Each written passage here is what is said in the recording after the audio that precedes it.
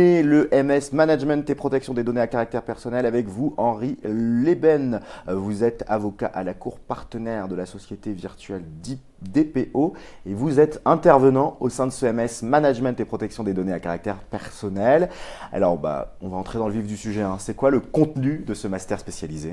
Alors, le contenu de ce master, c'est d'apprendre aux gens à devenir soit délégué à la protection des données, ce qui est une nouvelle fonction en fait qui existe depuis mai 2018, qui vient remplacer une fonction qui existait depuis quelques années, celle de correspondant informatique et liberté, avec la différence qu'aujourd'hui, le DPO, le délégué à la protection des données, est quelque chose qui est extrêmement demandé. On a des tas de demandes de plein d'entreprises, de grands comptes, mais pas seulement, qui sont désespérément à la recherche de DPO qualifiés. Et puis, pour les personnes qui ne sont pas DPO, mais qui souhaitent comprendre de quoi on parle parce qu'elles en ont besoin au jour le jour dans leurs fonctions, eh bien, on a besoin d'avoir un background juridique, technique, qui est offert par le MS. Alors, le métier de DPO, c'est une profession en tant que telle, ou est-ce que c'est une fonction qu'on va rajouter à une profession initiale? Par exemple, mettons, on est dans une entreprise, on est administrateur de base de données, et on se dit, je vais avoir la casquette DPO en plus, ou c'est une fonction à plein temps? Ça dépend de la taille de la société. Il y a des sociétés, aujourd'hui, la majeure partie des sociétés, ça ne sera pas une fonction à plein temps, on va la partager. Et dans les grands comptes, évidemment, là, ça devient une fonction à plein temps. Alors, revenons un petit peu sur la formation. Racontez-moi comment elle est organisée finalement, quel est le rythme des cours et puis qu'est-ce qu'on y apprend concrètement? Alors, il y a quatre axes qui sont présentés dans cette formation. D'abord, une formation juridique, dont je m'occupe pour l'introduction, pour remettre un peu les choses dans leur contexte, mettre les choses en parallèle, ça c'est très important, opposer on va dire la théorie juridique à la pratique économique. Donc vous avez une introduction juridique, vous avez également une introduction technique, vous avez l'apprentissage du métier de DPO pour les personnes qui ne maîtrisent pas encore cette fonction. Et puis, vous avez également des mises en situation, des cas pratiques, l'apprentissage de la manière dont on gère les relations avec les autres parties de la société, ça c'est très important. Les soft skills dont on parlait les soft skills dont on parlait il y a quelques instants, mais également la relation au sein de la société, parce que le DPO, c'est souvent celui qui est un peu vu comme l'empêcheur de tourner en rond. C'est-à-dire que vous avez dans la société, vous avez le marketing qui va essayer de vendre un projet, et puis le DPO qui arrive et dit attention, vous n'avez pas le droit de faire ça comme ça. Donc il faut apprendre à gérer ça et c'est très important. Alors l'une des particularités de la formation, ça va être, vous le disiez, d'articuler des enjeux juridiques et des enjeux techniques. Ça va se passer comment et est-ce que c'est facile quand on a un profil purement technique d'arriver à du juridique et inversement, est-ce que c'est facile quand on a purement du juridique d'arriver à du technique? Alors c'est pas facile, c'est pour ça qu'on fait un MS, c'est l'objectif de cet apprentissage. Comment est-ce qu'on fait? D'abord, la plupart des enseignants sont des gens qui sont des praticiens, donc qui vont délivrer un cours par rapport à leur propre expérience. Par exemple, moi je travaille avec Virtual DPO, donc qui est là pour essayer de proposer des fonctions de DPO externalisées. Et ce que nous on vit dans la réalité, on le retrouve dans l'enseignement, c'est-à-dire qu'on va opposer d'un côté les enjeux juridiques, le respect des libertés, le respect de la vie privée, remettre les choses un petit peu dans leur contexte global en termes de liberté publique, et on va rappeler l'importance économique de l'utilisation des données. Et une fois qu'on a mis en balance ces deux enjeux très importants, on essaye de trouver des solutions pratiques pour permettre, tout en respectant les libertés publiques, qui est un enjeu fondamental, de permettre à la société de mettre en place son projet managérial, son projet économique, et c'est ce qu'on fait avec nos étudiants. On les fait travailler sur des cas pratiques, on les fait réfléchir à des solutions concrètes qui sont acceptables juridiquement et techniquement. Il y a eu là depuis presque un an le RGPD, le Règlement général de la protection des données. Sur la protection des données. C'est une réglementation européenne qui est très rigoureuse en termes de protection des données. Maintenant, dès qu'on va sur un site internet, il faut cocher une petite case pour dire qu'on veut bien être tracé par tel cookie, tel cookie, tel cookie. Mais c'est très exigeant pour les entreprises. Est-ce que ça signifie que le secteur de la protection des données, il va être amené à se développer encore et qu'on va recruter de plus en plus de DPO? Qu'est-ce que vous en pensez? C'est sûr qu'il va continuer à se développer. La réglementation, le RGPD, n'a pas inventé le droit des données personnelles. Ça existait depuis 1978 en France et puis ça existait aussi au niveau communautaire. Il y a une grande différence, c'est qu'avec l'entrée en vigueur du RGPD, les sanctions applicables ont explosé. puisqu'on peut aller jusqu'à 20 millions d'euros d'amende, 4% du chiffre d'affaires annuel si on ne respecte pas la réglementation. Donc avant, si vous voulez, quand on parlait de données personnelles dans une société, ce n'était pas forcément tout à fait entendu. Aujourd'hui, c'est devenu une vraie préoccupation. Et il faut savoir que c'est un marché qui n'est pas encore... qui n'a pas encore finalisé ses objectifs, c'est-à-dire qu'il y a encore des sociétés qui sont en train de se développer, de se mettre en conformité, et il y aura toujours des nouvelles questions par rapport justement au RGPD. Donc oui, c'est encore un marché en plein essor. Ça va être quoi le profil type des candidats que vous recevez et puis qui deviennent par la suite des étudiants? Est-ce que ça va plutôt être des juristes de formation qui ont envie d'une couche technique ou plutôt des techniciens, entre guillemets, ingénieurs de formation qui veulent du juridique? Elle ressemble à quoi votre promo? Alors, il me semble, légèrement plus de techniciens que de juristes, mais on a de plus en plus de juristes qui sont très très pointus, qui ont une connaissance très approfondie, et ça correspond d'ailleurs au développement de l'intérêt de la société, hein, puisque ça veut dire qu'ils envoient maintenant de plus en plus des juristes qui sont en front line, on va dire, avec ces problématiques. Donc on a de tout, peut-être un peu plus de techniciens que de juristes, mais c'est assez équilibré globalement. Isabelle, ce master spécialisé, voilà, il mélange du côté technique, du côté juridique.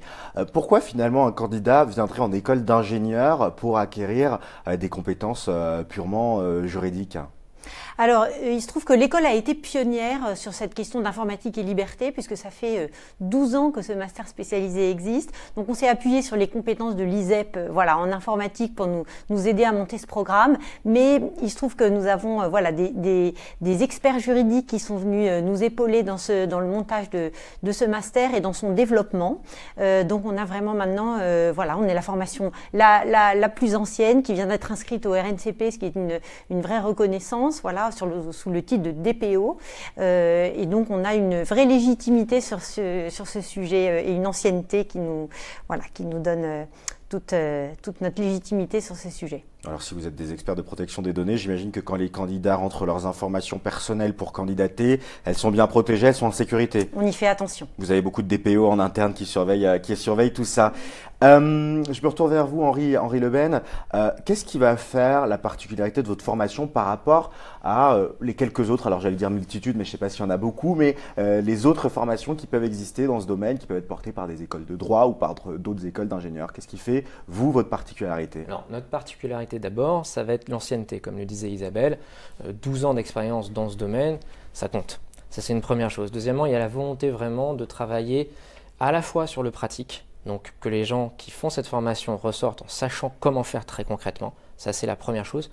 Mais deuxièmement, également, de leur donner une profondeur, une capacité à mettre les choses en balance. Et ça, c'est très important parce qu'on a vu une multitude de formations apparaître où on va enseigner le droit des données personnelles. Mais être DPO, c'est pas seulement ça. Être DPO, c'est devenir autonome. Et nous, ce qu'on vise à faire, c'est permettre aux gens d'être autonomes dans leurs fonctions. Et je crois qu'il faut réaliser un stage dans le cadre de ce master spécialisé, c'est ça? Oui, tout à fait. Alors, je vais peut-être laisser Isabelle en parler un peu plus. Oui, alors voilà, dans le cadre du master spécialisé, la conférence des grandes écoles demande que l'on réalise un minimum de 4 mois en entreprise, donc qui peut être fait soit dans votre entreprise habituelle dans laquelle vous êtes salarié, soit si vous êtes entre deux ou en recherche dans une autre entreprise. Sur ce rythme de l'alternance, pour nous, ça représente 6 mois d'alternance. D'accord. Voilà. Le fait qu'on ait 2 jours de cours par exactement. semaine. Mais ça veut dire quoi concrètement? Moi, je fais cette formation, je vais reprendre mon exemple, un architecte réseau, je gère des bases de données, je gère l'architecture réseau. J'avais envie d'une coloration DPO en plus. Il va falloir que j'aille toquer à la porte de mon RH pour lui dire j'ai besoin de mission DPO. Comment ça peut se négocier? Alors, quand on est salarié, c'est exactement ça qui se passe. On va effectivement voir ces RH et on dit moi je souhaiterais être détaché pendant ce temps-là pour acquérir des compétences particulières. Nous on trouve que c'est important que les personnes en formation AMS puissent à la fois acquérir leurs connaissances en cours et puis les mettre en pratique au fur et à mesure en entreprise, et c'est très riche et on voit que voilà, c'est ça aussi qui permet d'avancer le mieux possible. Et si l'entreprise refuse, mais j'ai quand même envie, est-ce que vous accompagnez éventuellement des recherches de postes? Vous avez des offres qui peuvent permettre à des candidats de suivre en parallèle d'une nouvelle mission, par exemple? Alors oui, tout à fait. Nous recevons beaucoup d'offres dans ce domaine de la protection des données, qui est un domaine vraiment en tension aujourd'hui. Donc nous les mettons bien sûr à disposition de nos apprenants. On accompagne aussi chacun. Donc voilà, s'il y a besoin, on reçoit chaque personne pour identifier quel est son besoin. Et nous avons des partenaires entreprises d'entreprises nombreux auprès desquels nous envoyons des personnes en formation régulièrement. J'en profite aussi pour vous dire que certains de nos apprenants sont en contrat de professionnalisation, ce qui permet aussi d'obtenir un financement. L'entreprise, voilà, c'est sur le même mode que l'apprentissage, mais ça permet d'être à la fois en formation et d'être financé. Ça, les contrats de professionnalisation, ça concerne plutôt les étudiants en formation initiale ou c'est possible aussi en formation continue? C'est également possible en formation continue. Mais ça reste un contrat de travail parce qu'on peut se dire, si on était en CDI dans une boîte et qu'il faut passer d'un seul coup en contrat de professionnalisation, ça peut faire un peu peur. Alors non, les contrats de professionnalisation, ils sont ouverts aux personnes qui sont chez Pôle emploi, voilà, ou éventuellement aux personnes qui ont fini une formation initiale. Voilà. Henri, quelques mots sur quelque chose qui peut parfois effrayer des candidats, la thèse professionnelle. Il faut en réaliser une ou pas dans le cadre de ce MS? Alors il y a un mémoire à faire. C'est pas effrayant parce qu'en général les étudiants travaillent sur des sujets qui les intéressent, soit qui vont avoir une application immédiate dans leur entreprise, soit qui sont vraiment des sujets d'actualité. Et donc, comme le disait Isabelle, c'est un domaine où il y a énormément de questions aujourd'hui, énormément de demandes, énormément de besoins. Donc, ce n'est pas les sujets qui manquent, ce n'est pas les sources de réflexion qui manquent, et donc c'est plutôt un moment passionnant, on va dire, pour les personnes qui sont formées. Et ce secteur, il embauche, vous le disiez, il embauche à quelle grille de salaire? Est-ce que vous avez une idée approximative de ce que peut toucher un DPO? Alors, même chose, moi personnellement, je n'ai pas d'informations, peut-être qu'Isabelle en aura plus, mais encore une fois, ça va dépendre également de la société dans laquelle vous vous trouvez, tout simplement. Bien sûr, et de votre expérience professionnelle antérieure. Nous, ce qu'on voit dans les études, c'est que les personnes qui sortent se situent dans une fourchette entre 45 et 55 000 euros par an. Voilà. Donc, c'est des salaires qui sont très confortables. Ce sont des bons salaires. Et les missions, qu'est-ce qu'on fait concrètement une fois qu'on est diplômé de ce MS? Quel est le but, vous, quand vous formez des étudiants? Alors, de manière générale, encore une fois, le but, c'est que les personnes soient autonomes. C'est-à-dire que si elles sont DPO dans leur société, elles puissent commencer à être DPO. Il y a beaucoup d'étudiants, enfin de personnes formées, qui sont déjà acteurs de la réglementation dans leur société. Donc l'objectif, c'est de mieux les former, d'améliorer leurs compétences. Après, vous avez des personnes qui sont en mission et donc qui vont rentrer dans des sociétés pour aider les sociétés à se mettre en conformité, pour faire en sorte que la réglementation soit respectée ou expliquer tout simplement à la société ce que ça veut dire se mettre en conformité. Quelques mots en guise de conclusion, Henri. S'il y a des personnes qui hésitent à se lancer, à franchir le grand pas, qu'est-ce que vous avez envie de leur dire? Comment vous souhaitez les conseiller? Alors c'est une formation très riche parce que vous avez des profils très très variés au sein de la formation. Moi, ce qui me frappe à chaque fois, c'est la complicité qui apparaît très rapidement entre les gens parce qu'ils réfléchissent sur des sujets qui sont des sujets d'actualité, qui sont passionnants. On parle d'intelligence artificielle, on parle de cybersécurité, on parle de e-santé. Tout ça, ce sont des sujets qui vont continuellement se développer dans les années à venir et les étudiants sont au cœur de ces problématiques. Et ben voilà, le message est passé. Merci beaucoup Henri Leben. Je rappelle que vous êtes avocat à la Cour, partenaire de la société virtuelle DPO et vous êtes venu nous présenter l'un des 3 masters spécialisés de l'ISEP, le MS Management et Protection des données à caractère personnel. Merci également à vous Isabelle Lorioz, responsable de la partie exécutive de l'ISEP. On vous retrouvera en fin d'émission pour parler avec nous d'un autre MS, le MS Expertise Cloud Computing.